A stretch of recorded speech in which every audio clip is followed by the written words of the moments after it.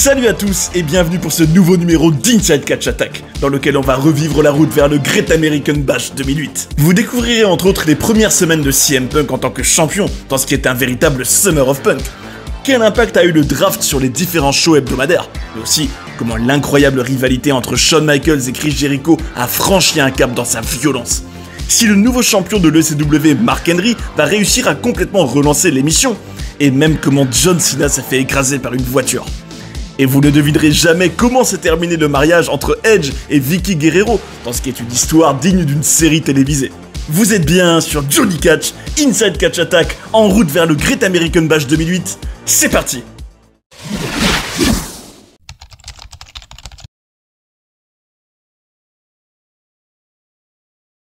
On se souvient que le Canadien Chris Jericho avait perdu son titre intercontinental contre le bondissant Kofi Kingston à Night of Champions, à cause d'une intervention de Shawn Michaels.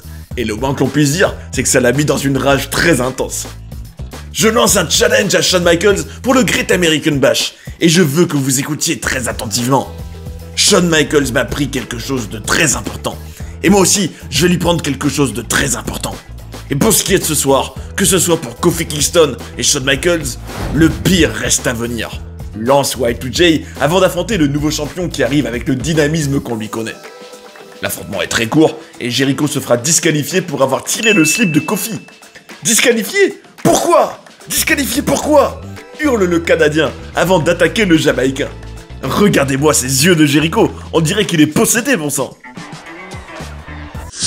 La semaine suivante, Michaels arrive sur le ring pour répondre au challenge de Jericho. Blessure ou pas blessure, j'ai simplement deux mots à te dire. Je l'accepte. Y2J arrive, accompagné par son nouvel acolyte Lance Cade. Tu es blessé, tu es vraiment blessé, Shawn. Sinon tu m'aurais déjà attaqué quand je suis monté sur le ring. Tu as accepté mon challenge parce que blessé ou non, tu restes cette légende pour les fans. Cette légende prête à tout sacrifier. Tu veux être un martyr, Shawn? Pourquoi? Pour eux? Pour tous ces gens? S'il t'arrive quelque chose et que tu finis à l'hôpital, ils vont venir te voir? Ils vont payer pour tes soins? Non, Shawn, ces gens ne valent rien. Alors c'est ça, hein? Pendant tout ce temps, je pensais que tu me détestais parce que tu pensais que j'étais un menteur. Mais tu sais très bien qu'il n'y a pas plus clair que moi. J'ai été un livre ouvert pendant 20 ans. J'ai été accusé, montré du doigt, humilié. Et dans les yeux de ces gens, je suis toujours HBK. C'est injuste. Oui, c'est injuste. Je veux dire, regarde-toi. Tu es le succès incarné, tu remplis des salles dans le monde entier, tu te fais un max de thunes. Mais malgré tout ça, tu n'es pas en paix. Je suis ici pour te dire que malgré tous tes accomplissements, et peu importe ce que tu réussiras, tu ne seras jamais moi.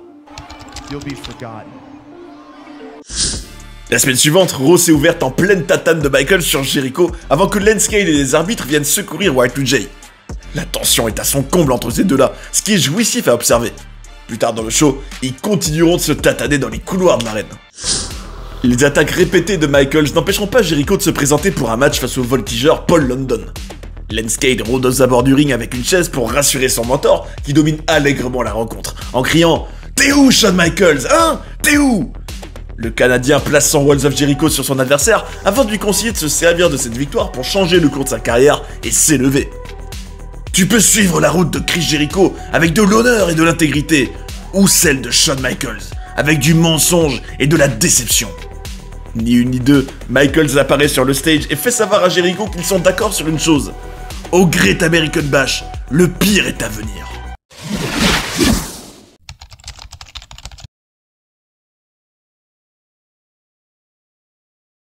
Le meilleur commentateur de tous les temps, JR, Jim Ross, dévale la rampe pour faire ses adieux à Monday Night Raw. Un show qu'il commande depuis TELUS et qu'il va quitter pour aller s'asseoir à la table de SmackDown. Il remercie pas mal de monde et semble assez ému, mais il n'est pas au bout de ses peines, puisque la superstar classée X, Edge, débarque avec ses sbires. Le champion poids lourd le met sous terre. Tu seras maintenant aux premières loges pour commenter ma carrière de futur Hall of Famer. Tu vas pouvoir arrêter de crier bêtement Stone Cold, Stone Cold, Stone Cold et commencer à crier Edge a gagné, Edge a gagné, Edge a gagné. Edge wins, Edge wins. Hawkins et Ryder accompagnent Ross pendant qu'Edge se met à narguer le show rouge au centre du ring. Vous n'avez plus de general manager ici, et même plus aucun champion du monde. La Rated R Superstar, pas peu fier de sa déclaration, quitte le carré d'or quand soudain, la musique de Batista résonne dans l'arène. Regardez-moi ce regard, bon sang. Il est fou de rage après s'être fait littéralement arnaquer lors de Night of Champions. L'animal démolit le Canadien tout autour du ring avant de le finir avec sa Batista Bomb dévastatrice. Et cette fois, c'est la musique de CM Punk qui fait exploser l'arène. Le Kid de Chicago court sur la rampe mallette en main et accompagné de l'arbitre Mike Chioda. Et Lilian Garcia officialise l'encaissement du contrat pour le Graal. Go to sleep, 1, 2 et 3. Il est votre vainqueur et le nouveau champion du monde poids lourd, CM Punk. C'est vraiment émouvant de voir le Kid de Chicago vraiment tout heureux en regardant la ceinture. Son regard veut tout dire. Et c'est vraiment un des moments les plus mémorables de l'histoire de la WWE selon moi. Ironie du sort, Jerry Lawler commentera ce soir-là, le grand stratège Edge a été pris à son propre jeu et est cette fois la victime de la menace Money in the Bank. Plus tard dans le show, il va attaquer très violemment ses sbires devant une voiture et je trouve ça génial parce que ça montre à quel point le titre est important pour lui. Ça change de ceux qui arrivent tout sourire après l'avoir perdu.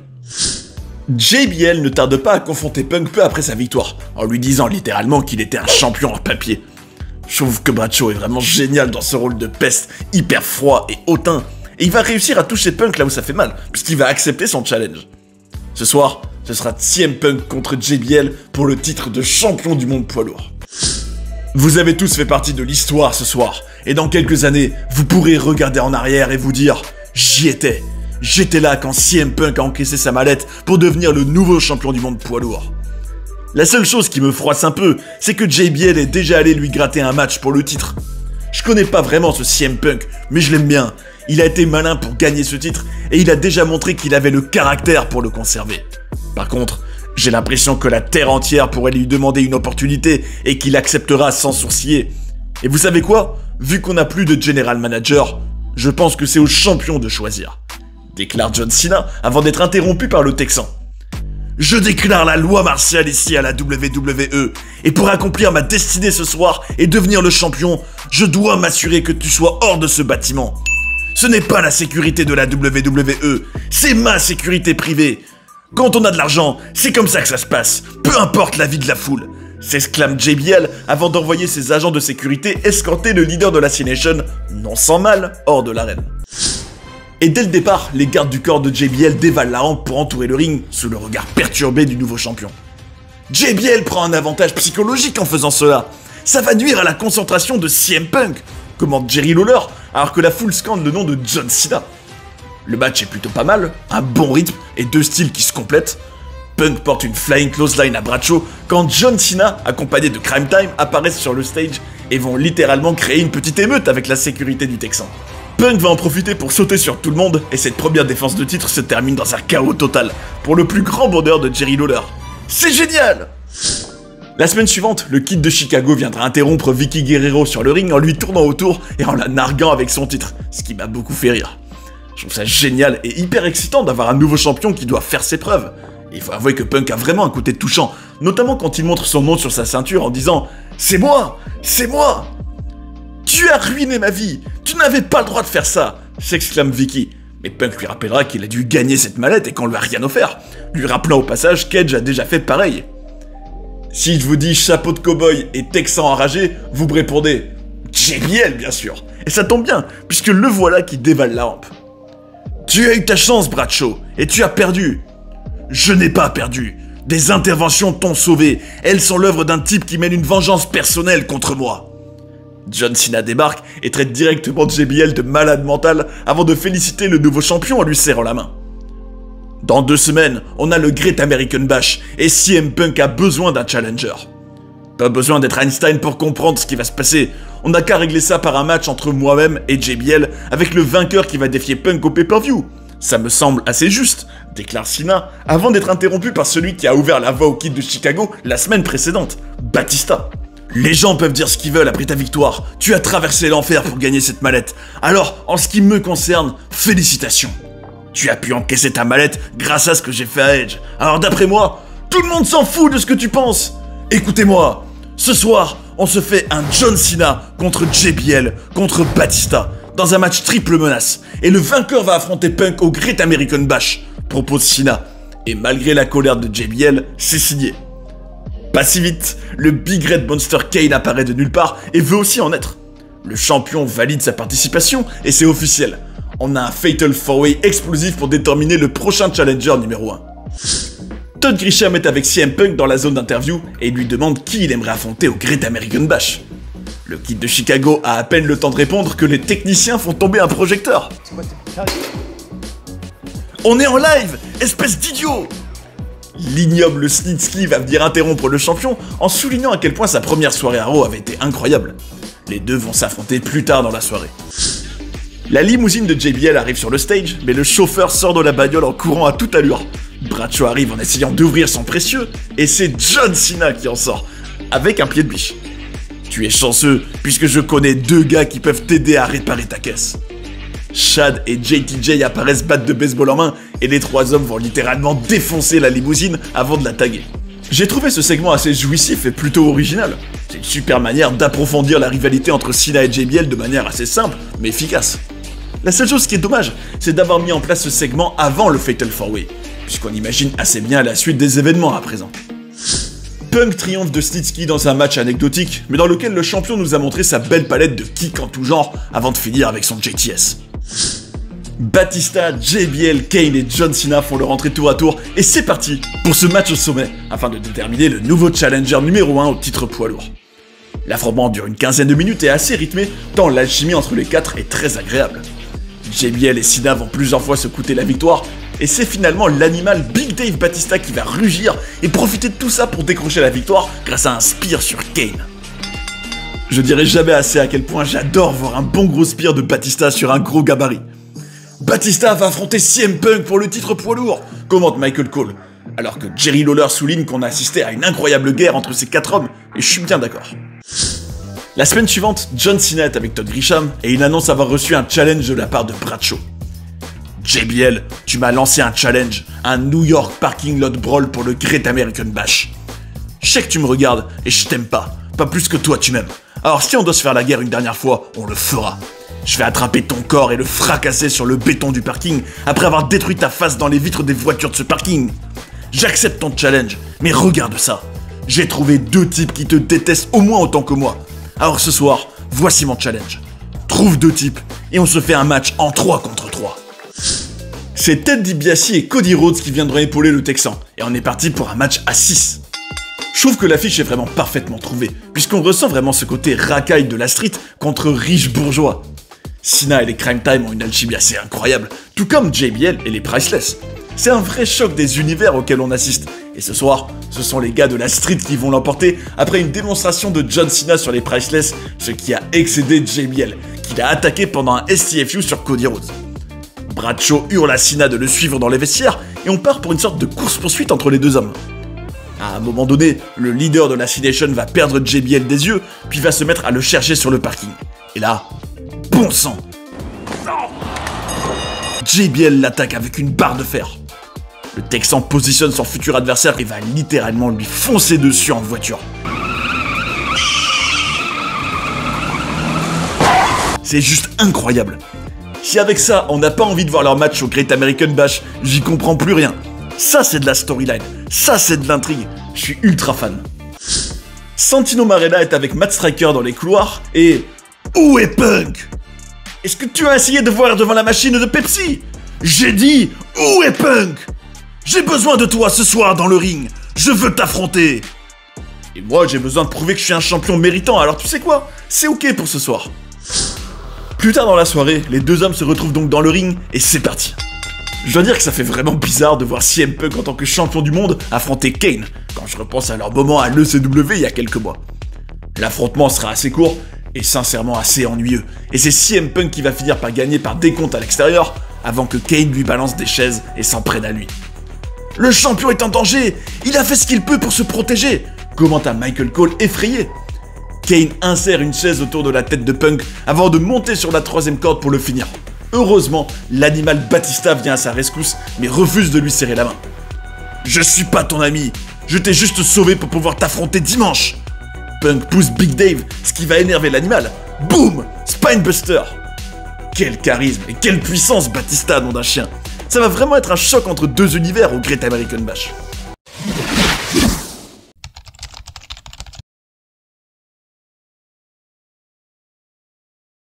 Plusieurs autres moments m'ont marqué pendant la période, et j'aimerais d'abord parler d'une promo entre Santino Marella et Rey Mysterio. L'Italien me tue en l'appelant Rey Mysterio, et regardez comme il est beau avec sa rose sur ce lit. Si c'était un poster, je mets ma main coupée que vous seriez comme des fous en train de l'acheter pour le mettre dans vos chambres. Ce à quoi Rey répond avec un 619 en pleine face. La semaine suivante, Santino lancera un Open Challenge et c'est Beth Phoenix qui répondra à l'appel. La Glamazone va le battre via un roll-up et renvoyer le bel Italien au vestiaire en PLS. Cody Rhodes a trahi Hardcore Holly pour former une toute nouvelle équipe avec Ted DiBiase. Ces deux-là forment vraiment un beau duo. Ils sont jeunes, beaux, riches, et pour Cody, c'était un choix logique. Jusqu'à présent, le fils de Dusty Rhodes avait écouté les conseils qu'on lui avait donnés. Sois patient, mange ton pain noir. Et cela l'a emmené à supporter un vieux catcheur en la personne de Hardcore Holly. Quand vous êtes aussi talentueux, vous ne mangez pas de pain noir, s'exclame Cody avant que Ted ne poursuive en traitant la foule de moutons obéissants.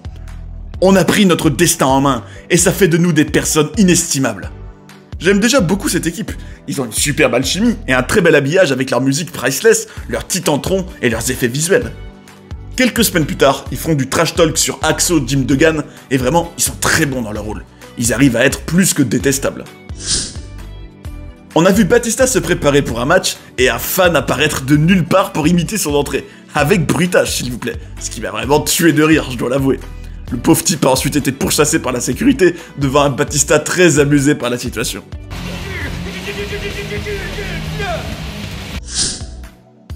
Est-ce qu'il est vivant ou mort? J'ai dit, est-ce qu'il est vivant ou mort? Hurle le Big Red Monster. Après le Fatal 4-Way pour déterminer qui va affronter Punk au Great American Bash, Kane va littéralement péter un câble et attaquer un technicien en ringside avant de s'en prendre à Michael Cole.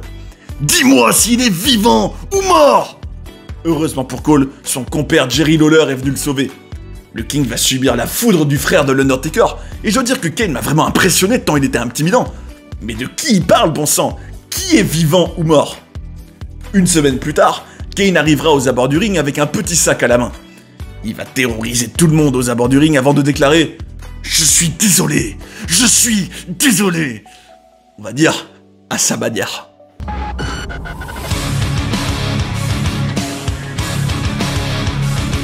J'ai été très agréablement surpris pour cette période de Raw post-draft, qui a été un vrai vent de fraîcheur avec une identité assez forte. Je trouve qu'on a eu un sentiment de chaos et d'imprévisibilité quasi permanent, et le cash-in de Punk a évidemment été un moment très fort de la période. C'était super de le voir faire ses premiers pas en tant que champion, même s'il a souvent été en milieu de show au lieu du main event.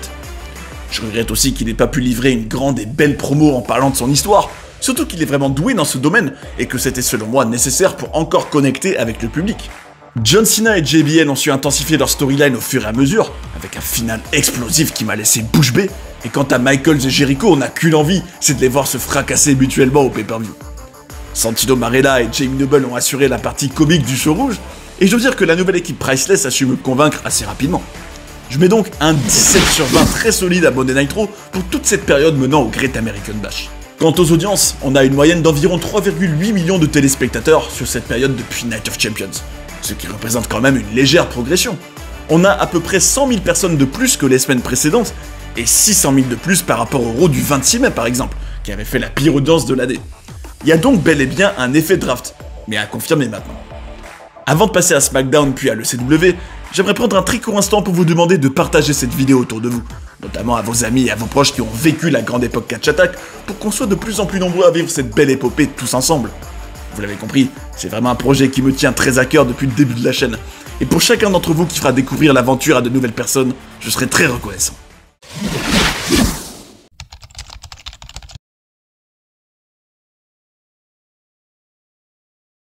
On commence en fanfare avec le 12 fois champion du monde Triple H qui est invité au VIP Lounge d'MVP. Ça fait bizarre de se dire que le titre de la WWE est le nouveau titre officiel de SmackDown, tant il était ancré à Raw. Et c'est encore plus bizarre de réaliser que Triple H est une des nouvelles têtes d'affiche du show bleu. Tout d'abord, je voudrais te féliciter pour avoir battu John Cena à Night of Champions. À présent, ta défaite à WrestleMania 22 est derrière toi. Je regardais SmackDown toutes les semaines quand j'étais à Raw, et je dois te dire que je suis fan de toi. J'aime ton look, j'aime ce que tu dégages, j'aime même ta tenue de Power Ranger quand tu combats. Les deux hommes vont s'échanger des pics, l'un mettant en avant son salaire, l'autre son palmarès, mais regardez la complicité entre eux au moment de regarder les derniers événements concernant Edge sur le Titantron. Go ahead and roll the footage. Wait, hold on a second, man. Roll the footage. Évidemment, tout ça va excéder Vicky, qui va apparaître sur le stage, mais Triple H va vite la calmer en lui souhaitant ses vœux de bonheur pour son mariage à venir. Honnêtement, ton fiancé est un génie. Se marier à la patronne pour faire son trou dans le business.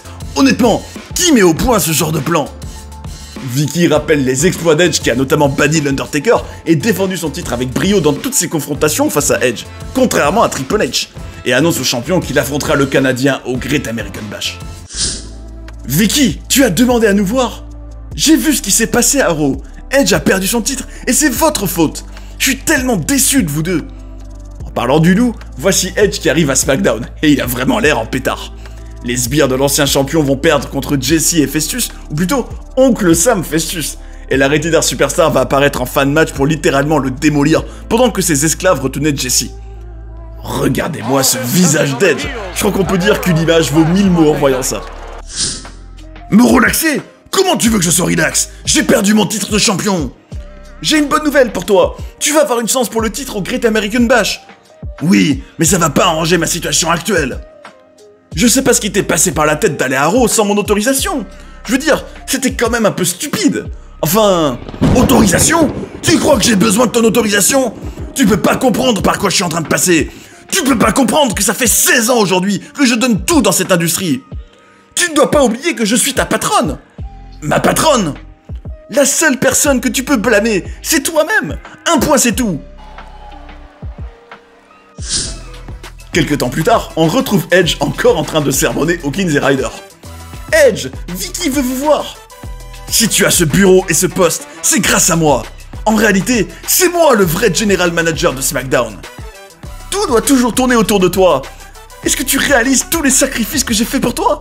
Est-ce que tu réalises que je vais probablement devoir rester dans ce fauteuil pour le restant de mes jours? Est-ce que... Ferme-la! Va-t'en! Vicky, ouvre! C'est moi! Ouvre cette porte! La Rated R Superstar arrive sans musique ni habillage vidéo en direction du ring, mais dans un torrent de huées. Ce sera ma première et dernière déclaration publique à propos de ce qui est arrivé à Raw. J'ai été la victime de 2 attaques vicieuses, la première par Batista, la seconde par CM Punk, ce qui m'a coûté mon titre de champion du monde poids lourd. C'était même pas un match, ça n'aurait jamais dû se produire, c'est profondément injuste.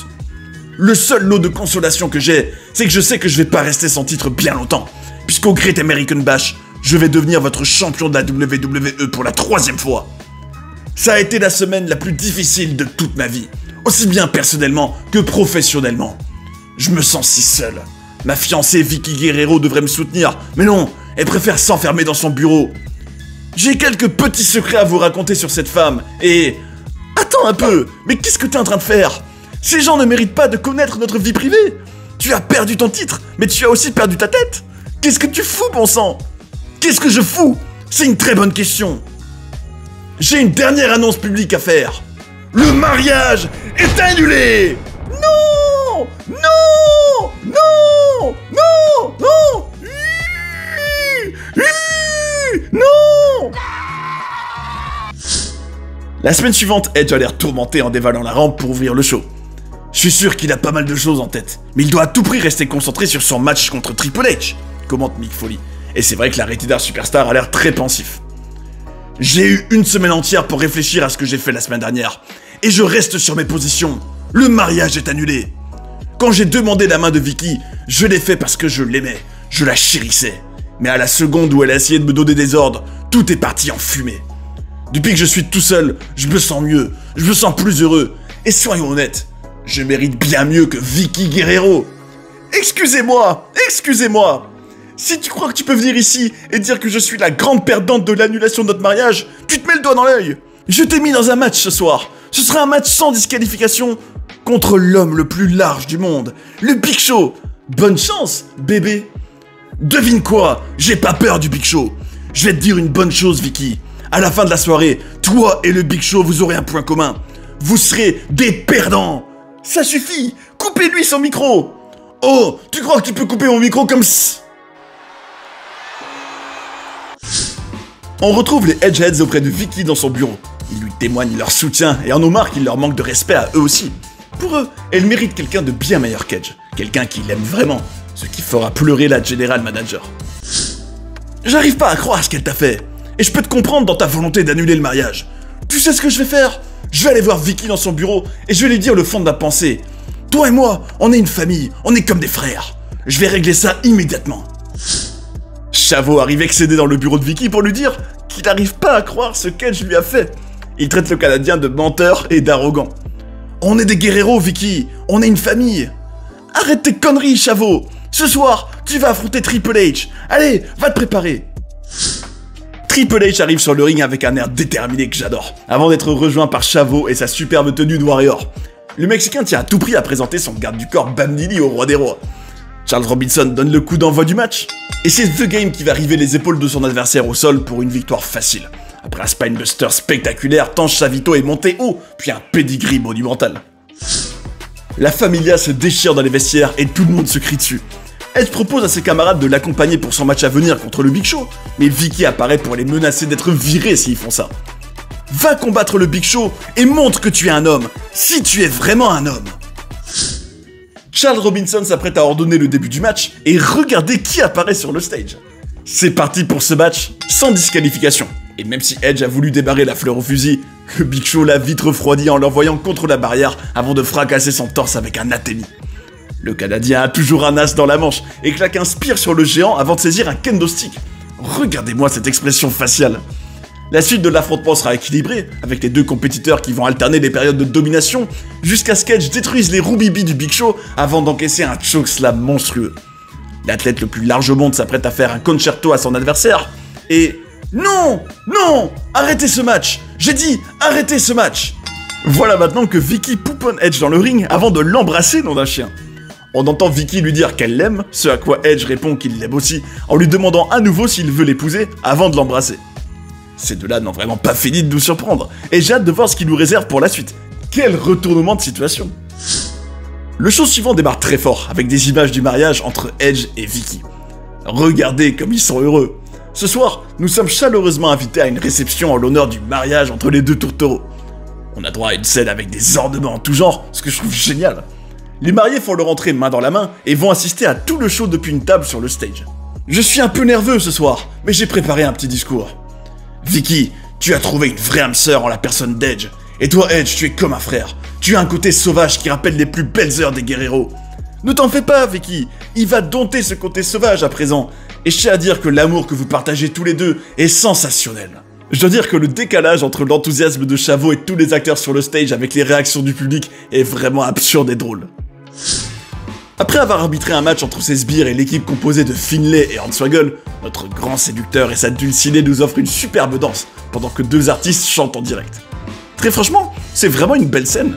L'éclairage, la musique, la danse, c'est vraiment très réussi, jusqu'à ce que le Big Show vienne remplacer Edge pour danser avec Vicky. Arrêtez la musique! Arrêtez la musique! Je t'en veux pas, je comprends que tu veuilles danser avec ma merveilleuse femme. Arrête un peu de faire l'âne et file sur le ring pour ton match à venir.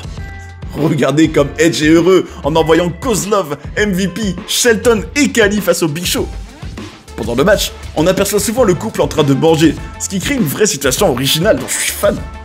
Kozlov va réussir à projeter le géant au sol par la force d'un coup de boule avant que Khali ne termine le travail pour la victoire. Et le plus grand bonheur d'Edge. Sherry a attrapé le bouquet lancé par Vicky et ça lui donne droit à un match spécial contre Vicky elle-même.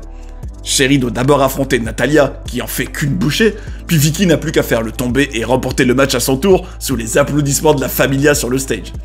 Décidément, c'est une très belle soirée pour la mariée. Je le sens au plus profond de mon cœur, c'est le plus beau jour de ma vie. Les mots ne suffisent pas à exprimer mon amour pour toi, bébé. Je t'aime du plus profond de mon cœur. Le Canadien est plein de surprises puisqu'il a demandé aux équipes de production de SmackDown de préparer une compilation en l'honneur de l'amour qui les unit. On voit les tourtereaux partager divers moments d'amour sur et en dehors du ring, avec en grand final un baiser langoureux. Tiens, regardez qui se joint à la fête avec en plus un cadeau à la main. The Game, Triple H. Je suis venu ici pour célébrer l'amour qui vous unit, un amour véritable qui réchauffe mon cœur. J'ai moi aussi préparé une petite vidéo, et je pense que ma vidéo est spéciale. Elle exprime parfaitement l'amour qu'Edge porte à Vicky. regardons ensemble ce qu'est le véritable amour. Une vidéo apparaît sur le Titantron et on y voit Edge faire un poltron. Toc toc toc, quelqu'un frappe à la porte. Et c'est Alicia Fox, la wedding planner. Le Canadien lui donne diverses consignes en vue des célébrations et ne semble pas indifférent au charme de son employé. Excusez-moi, on peut couper la vidéo. Cette partie-là, sur la préparation du mariage, est assez ennuyeuse, alors on va accélérer un peu. Mesdames et messieurs, comme je vous le disais, voici l'amour, le vrai. Cette fois, on voit Edge complimenter Fox sur son odeur. Il la regarde avec passion avant de passer sa main sur son épaule. La superstar classée X a maintenant une crampe au trapèze et demande à son employé un peu d'aide, qui va faire ce qu'elle peut pour le soulager. Oi, oi, ça fait mal. Voilà, c'est ici, c'est ici. Attendez une seconde, bébé. Tu sais que j'ai souvent mal au trapèze, c'est chronique, j'ai déjà eu la nuque brisée. Oh, ne t'inquiète pas, Vicky, ça arrive à beaucoup d'hommes de convoquer leur employé dans leur chambre pour des massages. T'as aucun souci à te faire. Ni une ni deux, Edge ordonne à ses sbires d'aller s'occuper de Triple H. Mais le Weeble Assassin porte bien son nom, puisqu'il y avait son fameux Sledgehammer dans le paquet cadeau. La vidéo reprend, et cette fois, c'est Edge qui masse Alicia, avant de lui dire qu'il avait tenté d'acheter des sous-vêtements pour Vicky, mais qu'on lui avait dit qu'il n'y avait pas sa taille, et qu'il fallait aller dans un magasin pour grande taille. Attendez une seconde, c'est malaisant. Je me sens un peu inconfortable, je suis embarrassé, et j'avais préparé un autre cadeau. Bref, allons au but et finissons-en. Voici le dernier chapitre de cette saga amoureuse, une nouvelle fois, l'amour véritable. Cette fois, Edge et Alicia sont face à face, et le Canadien passe sa main sur sa jambe avant de lui enlever ses lunettes et de l'embrasser avec passion. Le côté sauvage d'Edge a encore frappé, bon sang, et regardez-moi cette testasse d'Edge à côté d'une Vicky dépitée et d'un Triple H plus troll que jamais. T'es complètement dingue! T'es fou! Complètement fou! Comment tu as pu? J'arrive pas à y croire! Non! Non! Oi! Oi! Non!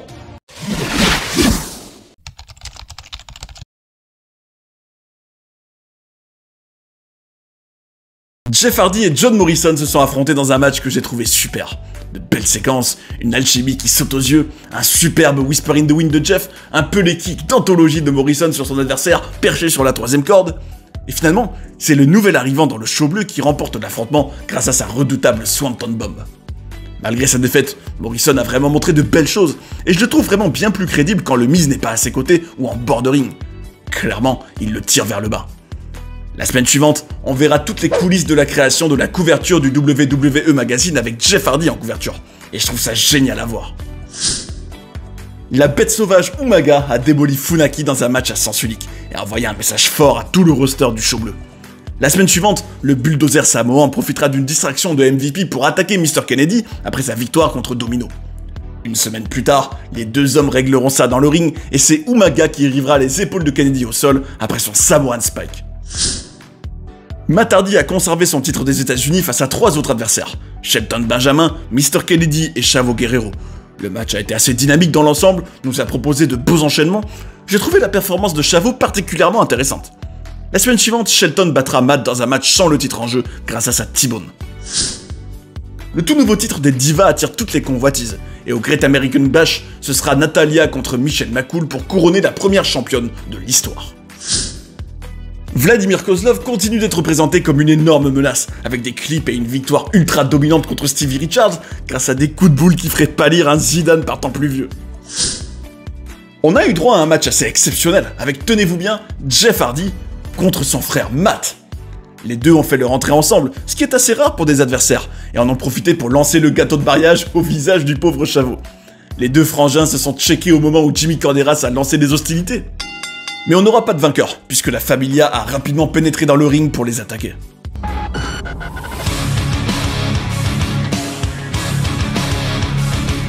Le draft a fait un bien fou au show du vendredi, qui se retrouve ressourcé avec les arrivées remarquées de Jeff Hardy et Umaga notamment. La grande saga amoureuse entre Vicky et Edge, avec Triple H en toile de fond, a rythmé le show bleu de fort belle manière, avec de multiples rebondissements et pas mal de moments marquants. Je trouve que ce petit côté telenovelas est vraiment frais, et se laisse vraiment regarder, d'autant qu'Edge et Vicky sont merveilleux dans leurs rôles respectifs. Personnellement, ce sont les histoires plus que les matchs qui me font aimer le catch, et je préfère le côté divertissement au côté sportif, même si je ne boude jamais mon plaisir de voir un bon match évidemment. Mais il faut une histoire à la base pour que mon investissement émotionnel soit total, et du côté de SmackDown, j'ai été servi. Je trouve ça super d'avoir évité une construction classique à base de « Ah gna gna gna gna gna, je veux ton titre, ah gna gna gna, viens le chercher » pour le match entre Triple H et Edge, sauf que je suis pas convaincu par l'alchimie entre les deux hommes. Je mets un 16 sur 20 bien mérité et j'ai hâte de voir ce que nous réserve la suite des événements. Je parie qu'il y a encore beaucoup de rebondissements à venir. Au niveau des audiences, il faut savoir que le SmackDown du 4 juillet avait fait la pire audience de l'année du show bleu, avec environ 1,7 million de téléspectateurs, à cause de la fête nationale aux États-Unis. Mais ensuite, il y a eu environ 2,6 millions de personnes devant le show, soit 200 000 de plus à peu près par rapport au mois de juin. Le draft a donc relancé l'intérêt des gens, même si en réalité, on ne fait que revenir au score du mois de mai. Par contre, les plus de 3 millions de téléspectateurs du début d'année paraissent bien loin.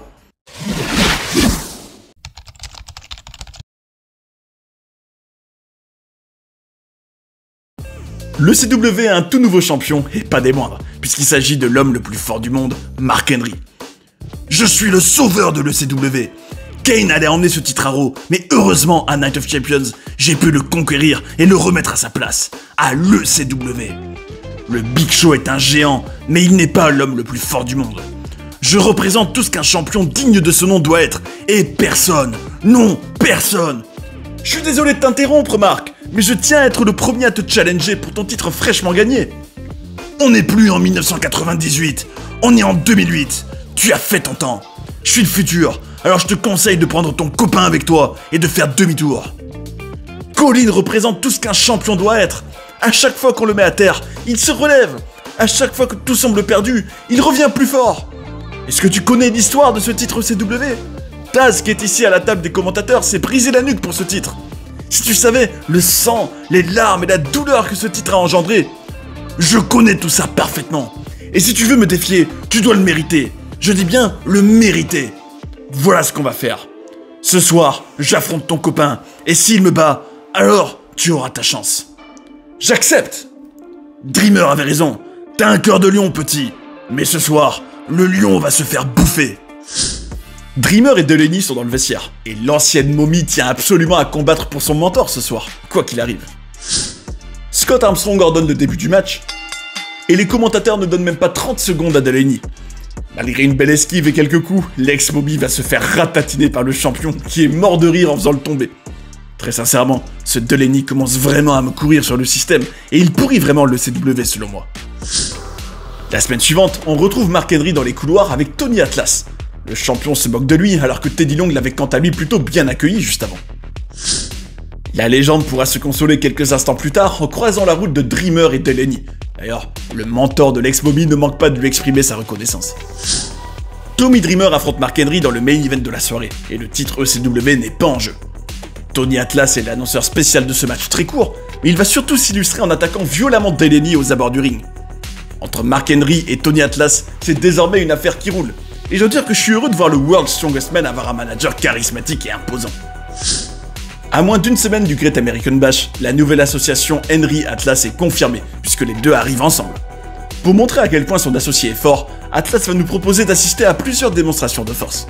D'abord, un bof du public est convoqué sur le ring pour tenter de briser une poêle de cuisine, ce qu'il ne parvient pas à faire, alors qu'Henry lui va littéralement l'enrouler sur elle-même. La seule personne capable de faire cela est le champion le plus fort du monde, Mark Henry. Dreamer arrive pour essayer à son tour, sauf qu'au lieu de broyer la poêle, il va tataner Henry avec. Il était malin, le Tommy. Teddy Long va prendre cette affaire de poêle très au sérieux, puisqu'il oblige Dreamer à quitter les lieux, ce qui va l'excéder. T'as aucun souci à te faire, petit, parce qu'on sait que t'as rien à voir avec ce qu'il s'est passé tout à l'heure. Delaney sentait bien que ça sentait le roussi, et il avait raison, puisque Henry va l'attaquer violemment.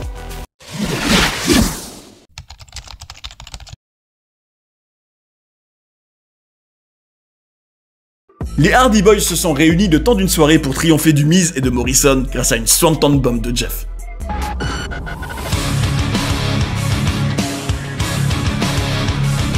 Je suis vraiment très mitigé sur l'évolution de l'ECW. J'ai l'impression que contrairement à Raw et SmackDown, on essaye ici de plonger une vaisselle toute neuve dans une bassine d'eau usée. Pourquoi continuer avec Dreamer et Delaney alors que Mark Henry méritait un challenger tout neuf et tout frais? L'ensemble est assez lourd, bancal et mal écrit, même si ça fait quand même plaisir d'avoir un champion fort et charismatique.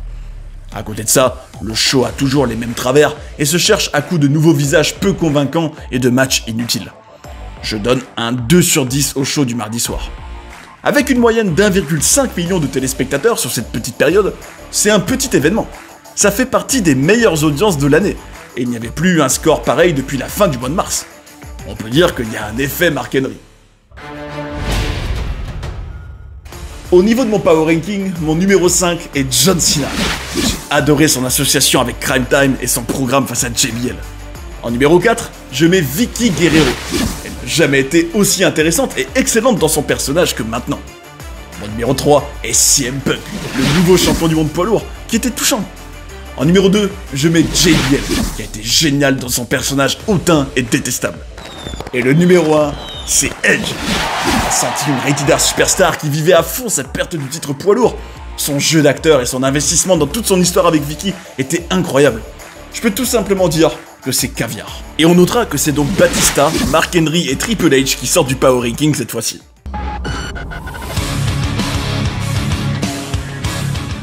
Avec un Raw qui culmine à 17 sur 20, le CW à 2 sur 10 et SmackDown qui monte en puissance avec un 16 sur 20, on a un total de 35 sur 50, ce qui nous fait une moyenne globale de la période de 14 sur 20. Et c'est ainsi que se termine cette route vers le Great American Bash 2008. Après l'avoir vécu, on est forcément hypé pour le pay-per-view et tout ce qui va suivre. On se demande ce qui va se passer entre Edge et Vickie Guerrero désormais, et ce qu'elle pourrait lui faire pour se venger, mais aussi si le règne de CM Punk va continuer longtemps, qui l'emportera au Great American Bash et quelles affiches y seront mises en place pour SummerSlam, qui est un des shows les plus importants de l'année. On s'interroge également sur la rivalité entre Shawn Michaels et Chris Jericho, et jusqu'où elle va aller. Vous aurez toutes les réponses dans notre vidéo spéciale sur le Great American Bash 2008 et en suivant Inside Catch Attack. Une immersion dans toute cette époque dorée qui est immanquable pour tout fan de ces années-là à la WWE ou tous ceux qui n'ont pas encore eu la chance de les découvrir. En tout cas, il y a une multitude d'éléments passionnants, ce qui représente bien cette période post-draft 2008 qu'on a pu revivre. On y sent une WWE qui veut surprendre, créer régulièrement des moments choquants ou des retournements de situation pour susciter l'intérêt des téléspectateurs qu'il fallait absolument reconquérir. Les émissions étaient divertissantes, tout pouvait arriver, avec des superstars qui ont franchi un cap dans leur intensité, comme Edge par exemple. Par contre, c'est dommage de ne pas avoir Randy Orton et l'Undertaker pour apporter encore plus de star power au show. Et vous, quelle histoire vous intéresse le plus ? Est-ce que vous aimez bien cette période ? Est-ce que vous trouvez que les efforts de la WWE étaient suffisants pour reconquérir le public ? Venez dire tout ça dans les commentaires. Pensez à tataner le bouton like au passage et abonnez-vous pour ne rien rater de cette grande épopée. Vivons ensemble cette merveilleuse aventure et je suis impatient de découvrir la suite au prochain numéro.